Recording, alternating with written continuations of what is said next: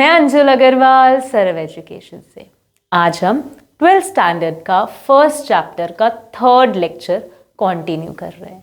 अब तक हम फर्स्ट और सेकंड लेक्चर में कवर कर चुके हैं कि मैक्रो इकोनॉमिक्स का मतलब क्या होता है और मैक्रो इकोनॉमिक्स का स्कोप क्या होता है, यानी कि मैक्रो इकोनॉमिक्स कहाँ कहाँ यूज होता है, उसका फील्ड ऑफ स्टडी क्या है। आज के लास्ट लेक्चर में, फर्स्ट चैप्टर के लास्ट लेक्चर में हम समझेंगे कि इम्पोर्टेंस क्या है मैक्रो इकोनॉमिक्स की। जो हम मैक्रो मैक्रो मैक्रो बात कर रहे हैं, क्यों ज़रूरी है, ज़रूरत ही क्या है इसकी, इसके बारे में आज हम बात करेंगे। अब तक जितना हम पढ़ चुके हैं फर्स्ट और सेकंड वीडियो में, जिनके लिंक आपको ऊपर आइकन पे मिल जाएंगे, आज हम बात करेंगे कि ये सब हमारे को पढ़ने के इम्पोर्टेंस क्या है, क्यों ज़रूरी है ये सब पढ़ना।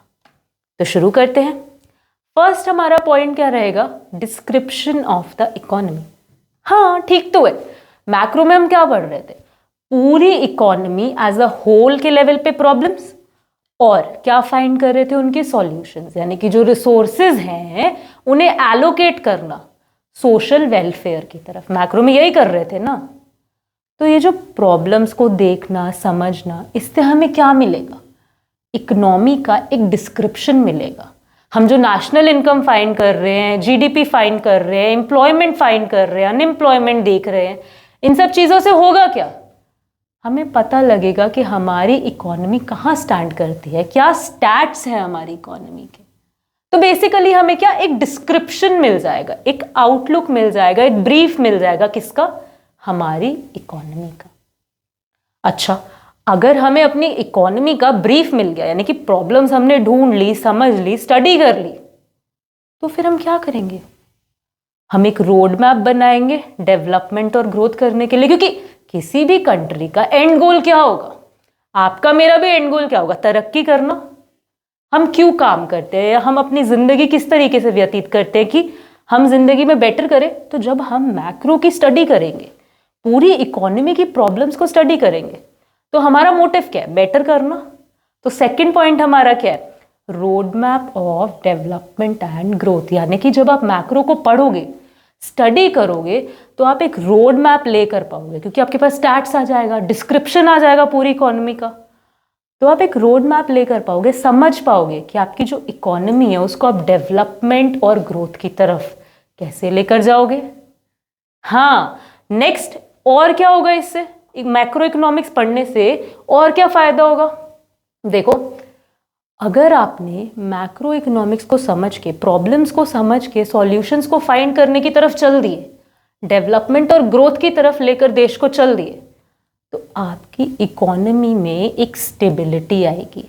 यानी कि ऐसा नहीं हो रहा है कि कोई भी चीज़ आसमान छू रही है, किसी भी चीज़ के प्राइजेस आसमान छू रहे हैं। जब आप चीज़ों को अच्छे से स्टडी करोगे, मनी को कंट्रोल करना सीखोगे, मनी कैसे क्रिएट होती है वो चीज़ें सीखोगे, इंपोर्ट एक्सपोर्ट, सब चीज़ों के बारे में जब आप पढ़ोगे, तो आप इकोनॉमी में एक स्टेबिलिटी जनरेट कर पाओगे। आप समझ पाओगे कि इकोनॉमी को स्टेबल किन तरीकों से किया जा सकता है।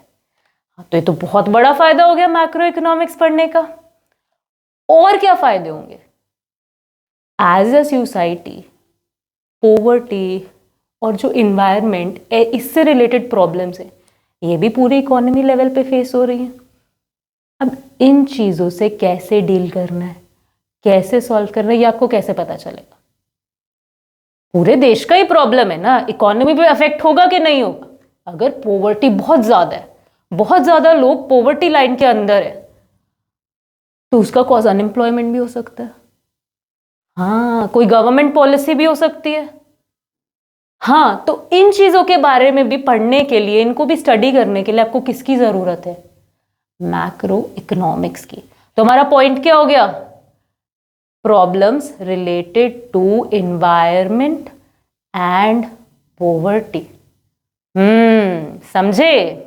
अब हमने एक और बात की थी पिछले लेक्चर में, सेकंड चैप्टर में, जब हमने स्कोप डिस्कस किया था, तो हमने बात की थी बैलेंस ऑफ पेमेंट पे या एक्सचेंज रेट पे, कि जो रुपीज़ है डॉलर के कंपैरिजन में या इंटरनेशनल मार्केट की कंपैरिजन में नीचे गिर रहा है, कॉमन टॉपिक है। तो मैक्रो इकोनॉमिक्स पढ़ने का हमें एक ये फ़ायदा भी होगा, क्या, कि जो हमारी इकोनॉमी है, हमारा पैसा है, हम उसको कंपेयर कर पाएंगे कि हम कहाँ खड़े हैं पूरे दुनिया के कंपैरिजन में।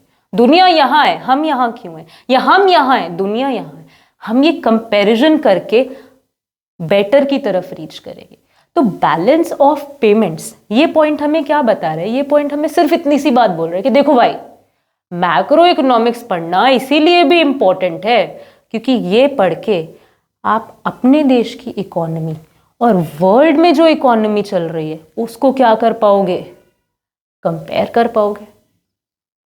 Last, final and most important point क्या रहेगा? हमारा कॉमन पॉइंट है। देखो, जब हमने मैक्रो में पैसों से रिलेटेड, एम्प्लॉयमेंट से रिलेटेड, देश विदेश से रिलेटेड सब चीज़ों के बारे में पढ़ लिया, हमें नॉलेज आ गई, तो हम क्या कर पाएंगे? हम पॉलिसीज बना पाएंगे। पॉलिसी फॉर्मेशन में हेल्प करेगी हमारी मैक्रो इकोनॉमिक्स की स्टडी। कैसे? जब हमने इन चीज़ों की नॉलेज गेन कर ली तो हमें पता है कि अनएम्प्लॉयमेंट को रिड्यूस करने के लिए हमें ये स्टेप्स लेने चाहिए। मनी क्रिएट ऐसे होगी तो इन्फ्लेशन, डिफ्लेशन जैसी टर्म्स जिनके बारे में हम आगे डिस्कस करेंगे, इनको मैनेज करने के लिए हमें ये स्टेप्स लेने चाहिए। तो बेसिकली मैक्रो इकोनॉमिक्स पढ़ के पूरी इकोनॉमी की प्रॉब्लम्स और सॉल्यूशंस की स्टडी करके आप पॉलिसी फॉर्मेशन में भी हेल्प कर सकते हो। यानी कि गवर्नमेंट को एक इंसाइट मिल जाएगा मैक्रो इकोनॉमिक्स पढ़ के, क्या चीज़ करने के लिए? पॉलिसीज फॉर्म करने के लिए एक देश में, जो कि हमें सोशल वेलफेयर की तरफ लेके जाएगा। ये थे मैक्रो इकोनॉमिक्स के इंपॉर्टेंस। 6 पॉइंट्स हम डिस्कस कर चुके हैं जो आप स्क्रीन पर देख रहे हैं इस टाइम। अगर आपको इनसे रिलेटेड कोई भी डाउट है तो आपको पता ही है, टेलीग्राम, व्हाट्सएप, सबका लिंक आपको डिस्क्रिप्शन में मिल जाएगा। आप वहाँ पे जाके अपनी क्वेरी ड्रॉप कर सकते हैं, वरना आप सिंपली कमेंट सेक्शन में भी अपने डाउट्स ड्रॉप कर सकते हैं। आज हमारा फर्स्ट चैप्टर क्लोज हो गया है। अब जल्द ही हम इससे रिलेटेड क्वेश्चन आंसर्स डिस्कस करेंगे। तब तक के लिए हैव अ गुड डे।